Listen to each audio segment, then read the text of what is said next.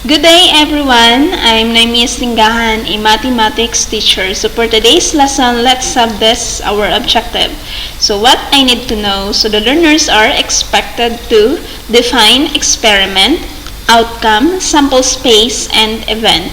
Solve some simple problems involving probabilities of events. So we have the most essential learning competencies, which is illustrate an experiment, outcome, sample space, and event. So have you at a certain time asked yourself the following questions? What are the possible roads that I can take in going to school? Should I bring my umbrella tomorrow? How likely is it that I will be called to recite in our math class? So those questions are examples of probability. So what is a probability? So it is a branch of mathematics that deals with the occurrence of random events. So it can be expressed as fraction, a decimal, or a percent. So these are some examples of probability. So we have a Pag-asa, weather forecast by Pag-asa, a grand lotto, the chance of winning the lottery is an example of probability. We have also tossing coins and then spinning a wheel. So these are the examples of probability. So now let's proceed with the key concepts of probability. So the first concept, we have what we call experiment. So experiment is a process that has a number of distinct possible outcomes in which the result cannot be predicted or with certainty. So ibig sabihin, pag sinabing experiment, yung gagawin mo pa lang na regarding dun sa bagay na yon. So for example, tossing a coin. So tossing a coin, that is an example of experiment. Hindi mo alam kung ano yung magiging result dun sa ginawa mong pag-toss ng coin. It's either head ba yung lalabas or tail. Another example, we have rolling a die. So it is an example of experiment wherein you don't know what will be the outcome for this. And then we have also choosing a card. So those are the examples of experiment, the first key concept of probability.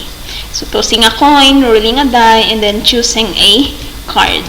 Okay, next we have the term outcome. So outcome is any possible result of an experiment. So yung ginawa mong pag-toss ng coin, yung ginawa mong pagpili ng card, yung ginawa mong paghagis ng die, those are the experiment. Ngayon, yung mga result na nanggaling doon sa experiment na yun, yun yung tinatawag nating outcome. So example, sa pag-toss ng coin, posibleng lumabas si head or si tail. So yung head or tail na yun, yun yung tinatawag nating outcome. Okay, so next, rolling a die. So kapag nag-roll ka ng die, mga possible numbers na lalabas, pwedeng 1, pwedeng 2, pwedeng 3, pwedeng 4, pwedeng 5, pwedeng 6. So those are the outcomes. Okay, so next, let's proceed with sample space. So sample space is the set of all the possible outcomes or sample points. It is denoted by capital letter S, while the number of sample space is denoted by N of S. So pag sinabing sample space, all the possible outcomes doon sa experiment natin. So yun yung tinatawag na sample space. So example, in flipping a coin, so possible na lalabas ay head or tail. So kapag isang coin lang yung i-flip mo, so ibig sabihin yung lahat na possible outcomes na lalabas, edi tail lang at saka head, dalawa lang yung possible na lalabas na outcomes. So lahat ng possible outcomes pag nag-flip ka ng coin ay dalawa lang. Next, kapag nag-roll tayo ng die, so the sample space will be 1, 2, 3, 4, 5, 6. So meaning, the number of sample space na posibleng lumabas kapag nag-roll tayo ng die ay 6. So pag sinabing sample space, lahat ng possible outcomes na pwedeng lumabas kapag ginawa natin yung experiment na yun. Okay, so next, Let's have a sample point. So, sample point is just one of the possible outcomes. So, galing dun sa sample space, wherein all the outcomes will be counted, dun sa mga outcomes na yon, pag pumili tayo ng isa, yun yung tinatawag nating sample point. Okay, so example, sa experiment natin, nag-flip tayo ng dalawang coins. Pag nag-flip tayo ng dalawang coins, posibleng mga sample space natin ay parehas na head, pwedeng tail, pwedeng dalawang tail, pwedeng head. Tapos ang sample point natin, from the sample space, pipili ka lang ng isa. So halimbawa, ang napili mo ay parehas head. So yun yung tinatawag na sample point. Next, rolling a die. So pag nag-roll tayo ng die, it's either 1, 2, 3, 4, 5, or 6 yung possible na lalabas natin as our sample space. So, galing dun sa 1 to 6 na numbers, pipili ka lang ng isa. Halimbawa, napili mo yung 5, which is the sample point ng experiment na yon. So, pag sinabing sample point, pipili ka lang ng isa galing dun sa mga sample space. Okay, another example, rolling a coin and a die simultaneously. So, kapag nag-roll ka ng coin, kasabay ng pag-roll ng die, so, yung mga sample space natin na posibleng lumabas, pwedeng head, tapos lumabas doon sa coin mo, tapos sa die naman, pwedeng number 1 ang lumabas. Pwede namang head, ang kapartner naman si number 2. Pwedeng head, ang kapartner si number 3. Head, ang kapartner number 4. Head, kapartner number 5. Head, kapartner number 6. Kapag tail naman yung lumabas, pwedeng ang lumabas sa coin ay tail, tapos dun sa number ng die ay 1.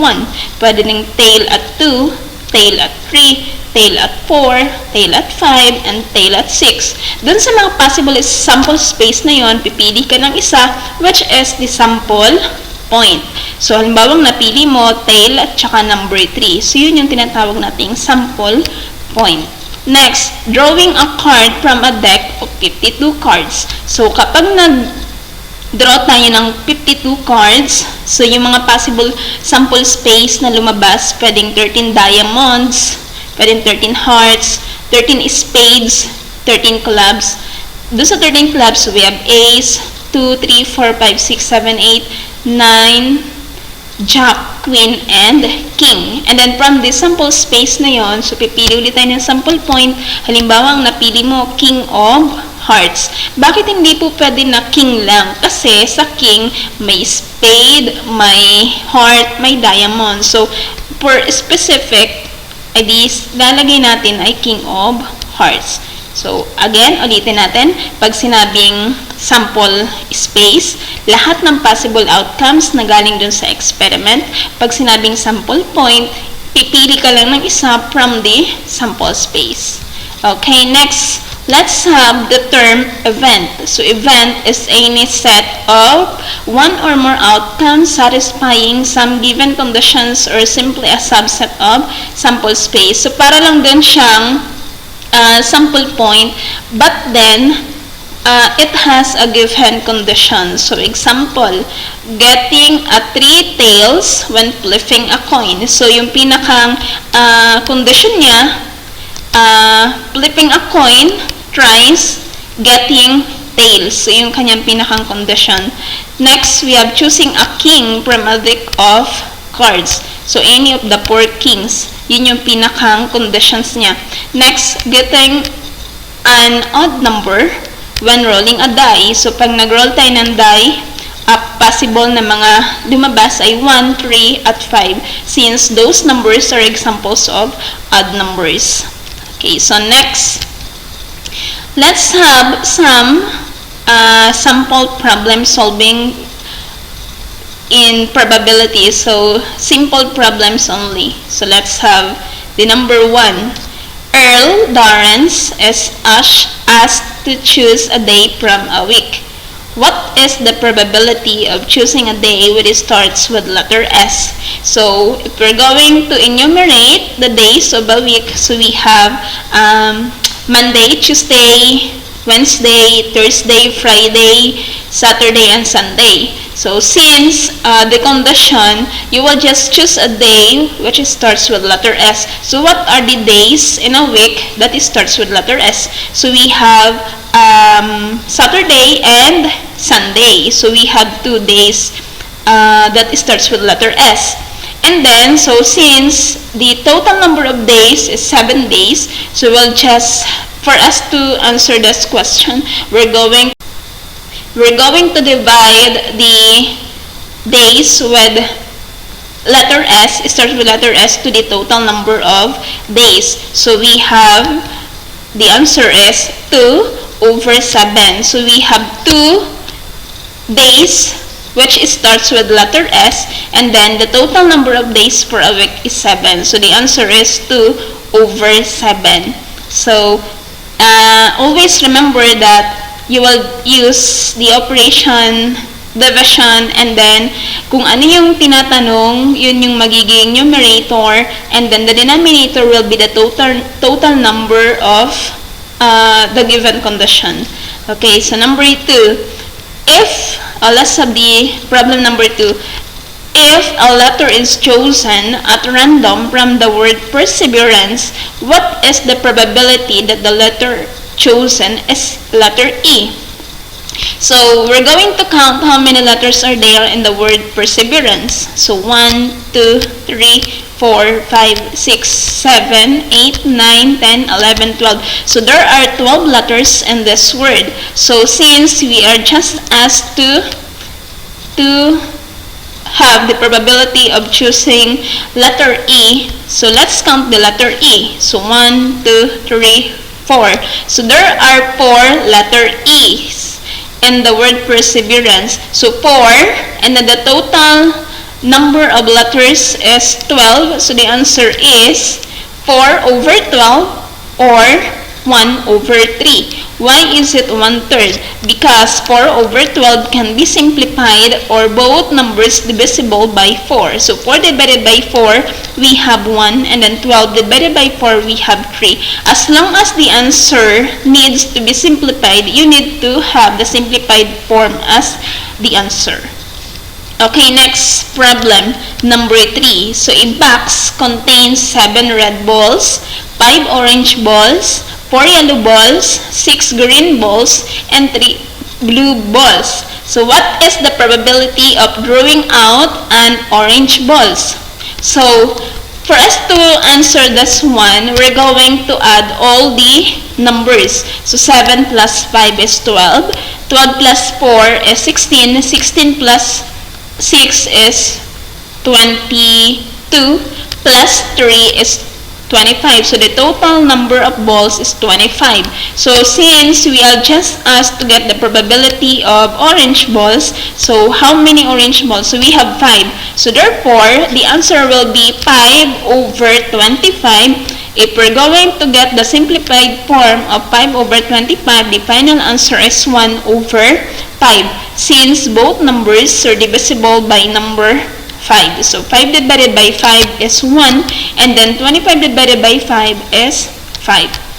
So final answer is 1 over 5. Okay, so those are the different lessons regarding the probability. So hopefully you've able to understand the basic concept of probability. So this time, it's your task to answer the following learning task. So learning task number 1, number event. So the question is, numbers 1, 2, 3, 4, 5, 6, 7, 8, 9, 10, 11, 12 are written separately on a piece of paper. They are folded and put in a box. One piece of paper is chosen randomly. Look carefully at the given set, then match column A with column B. So column A, probability of having a 10, 2, a 13, 3 odd numbers, 4 even numbers, 5 uneven numbers. So you're going to answer this learning task by choosing your answer to column B. Okay, after answering the learning task 1, proceed with learning task 2. It's titled Summertime. So you're going to read carefully this given question and then complete the table below. And then I have here the scoring rubric for me to how I am going to put your scores. Okay, next let's have the learning task 3. So the directions, just choose the letter of the correct answer.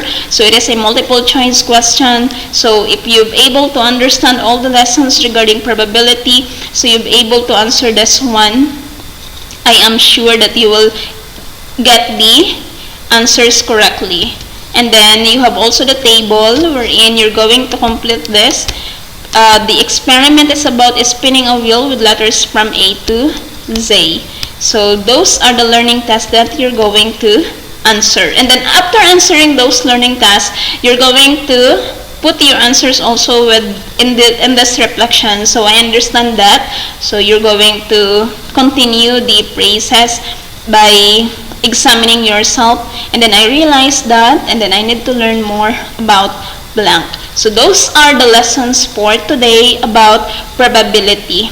Thank you for listening, and God bless.